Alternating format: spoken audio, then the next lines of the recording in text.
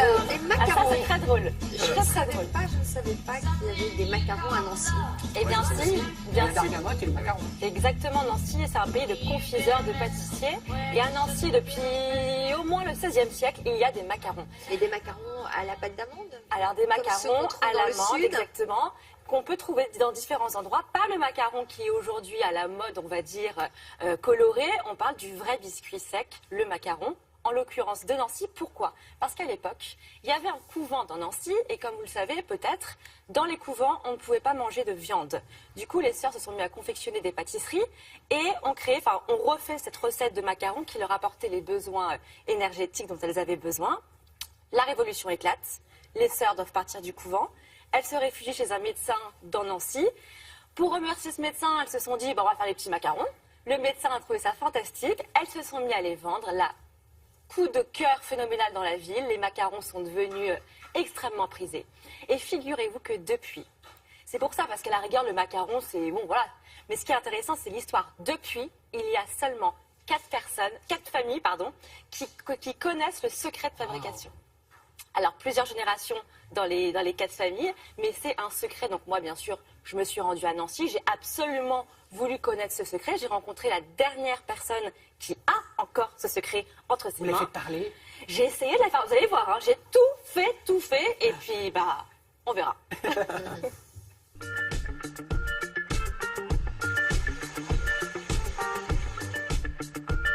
Bienvenue en Lorraine, je suis à Nancy. Ici, on fabrique une spécialité unique au monde, ce sont les macarons. Mais vous allez voir, pas n'importe lesquels.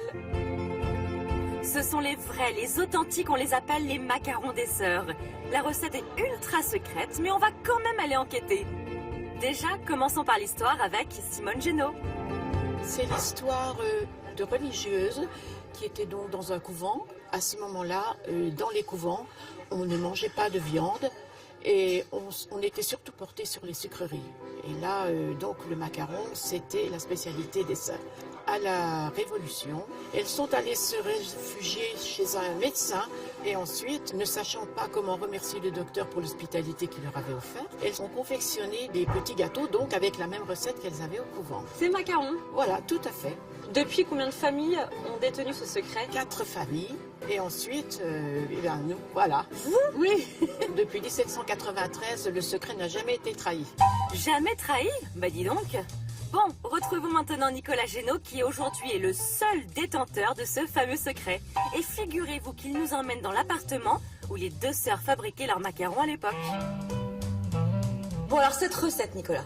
Oui, C'est une recette qui va être différente du macaron de Nancy classique. absolument. Mais le problème, c'est qu'on va en rester là. On va en rester là?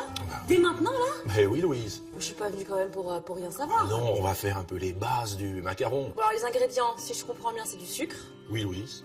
des blancs d'œufs, Oui, Louise. des amandes. Oui, mais des excellentes amandes. Des amandes de Provence. Et les sœurs déjà prenaient à l'époque des amandes de Provence? Absolument. Moi je vais rester le plus longtemps possible, hein, je vous préviens. Hein. Et Nicolas, moi je suis pas venue ici pour voir la base d'une Oui, macaronade. ça, malheureusement, je le sais. Mais là, Louise, ce qu'il va falloir maintenant comprendre, c'est qu'il va falloir quitter le laboratoire au plus vite. Oh non. Ah, mais si. Bon bah j'y vais alors. Hein. Oui, oui. Et puis, on se retrouve pour la dégustation.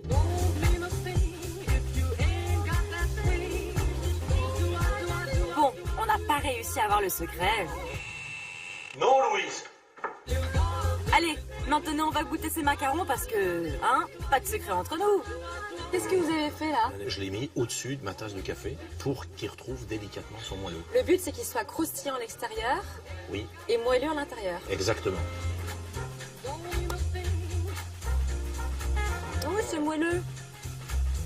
Et unique parce que vous êtes le seul au monde à dans ce pouvoir le sens-là. fabriquer. Ah oui, oui, je suis dans mon laboratoire, seul, à l'abri des regards. Qu'est-ce qui va se passer quand vous allez en avoir ras-le-bol de fabriquer des macarons?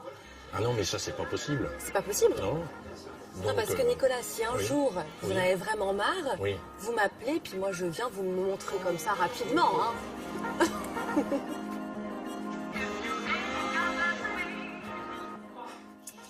Alors, Alors, vous avez pu tourner dans des lieux habituellement interdits au public. Exactement, vous avez vu, on a tourné dans la cuisine où les sœurs à l'époque fabriquaient leurs macarons. C'est une exclusivité, personne encore y avait tourné.